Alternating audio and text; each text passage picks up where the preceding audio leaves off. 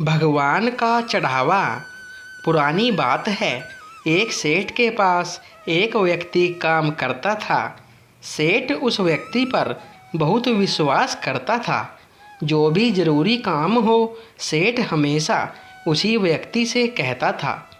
वो व्यक्ति भगवान का बहुत बड़ा भक्त था। वह सदा भगवान के चिंतन, भजन, कीर्तन, स्मरण, सत्संग आदि का लाभ लेता रहता था।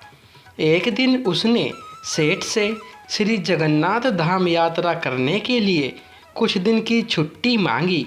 सेठ ने उसे छुट्टी देते हुए कहा, भाई, मैं तो हूँ संसारी आदमी, हमेशा व्यापार के काम में व्यस्त रहता हूँ, जिसके कारण कभी तीर्थ गमन का लाभ नहीं ले पाता। तुम जा ही रहे हो तो यह लो 100 रुपया मेरी ओर से श्री जगन्नाथ प्रभु के चरणों में समर्पित कर देना। भक्त सेठ से 100 रुपये लेकर श्री जगन्नाथ धाम यात्रा पर निकल गया। कई दिनों की पैदल यात्रा करने के बाद वह श्री जगन्नाथपुरी पहुंचा। मंदिर की ओर प्रस्थान करते समय उसने रास्ते में देखा कि बहुत सारे संत, भक्तजन, वैष्णवजन हरि नाम संकीर्तन बड़ी मस्ती में कर रहे हैं।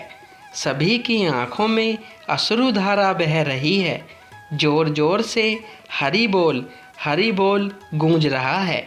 संकीर्तन में बहुत आनंद आ रहा था। भक्त भी वहीं रुककर हरि नाम संकीर्तन का आनंद लेने लगा। फिर उसने देखा कि संकीर्तन करने वाले भक्तजन इतनी देर से संकीर्तन करने के कारण उनके होठ सूखे हुए हैं। वह दिखने में कुछ भूखे भी प्रतीत हो रहे हैं। उसने सोचा, क्यों ना सेठ के 100 रुपये से इन भक्तों को भोजन करा दूं। उसने उन सभी को उन 100 रुपये में से भोजन की व्यवस्था कर दी। सबको भोजन कराने में उसे कुल 98 रुपये खर्च करने पड़े।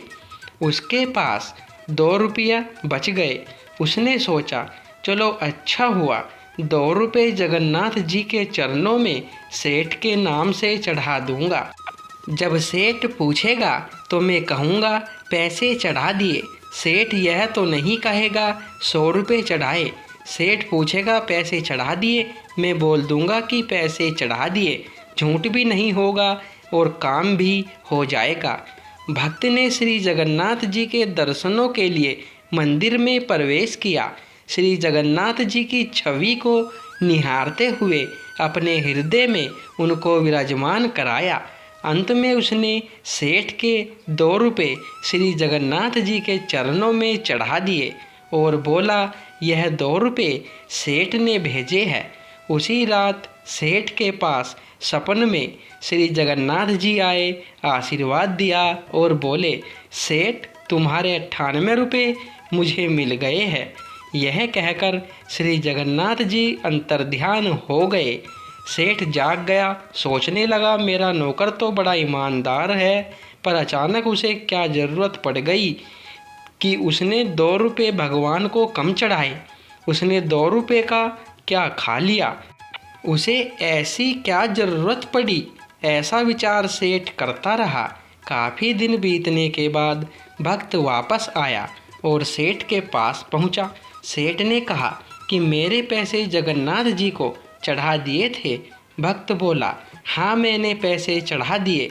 सेठ ने कहा, पर तुमने 98 रुपये क्यों चढ़ाए?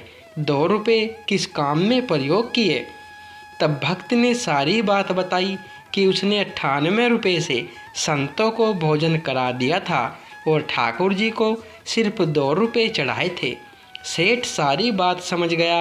वह बड़ा खुश हुआ तथा भक्त के चरणों में गिर पड़ा और बोला, आप धन्य हो। आपकी वजह से मुझे श्री जगन्नाथ जी के दर्शन यहीं बैठे बैठे हो गए। भगवान को आपके धन की कोई आवश्यकता नहीं है। भगवान को वह 98 रुपये स्वीकार है जो जीव मात्र की सेवा में खर्च किए गए, और उस 2 रुपये का कोई महत्व नहीं है जो उनके चरणों में नगद चढ़ाए गए। किसी ज़रूरतमंद की ज़रूरत को पूरा कर देना भी भगवान को भेंट चढ़ाने से भी कहीं ज़्यादा अच्छा होता है। हम उस परमात्मा को क्या दे सकते हैं जिसके दर पर हम ही भिखारी हैं। जय श्री जगन्नाथ जी की। दोस्तों, वीडियो पसंद आई हो तो वीडियो को लाइक, शेयर और चैनल को सब्सक्राइब करें। धन्यवाद मित्रों।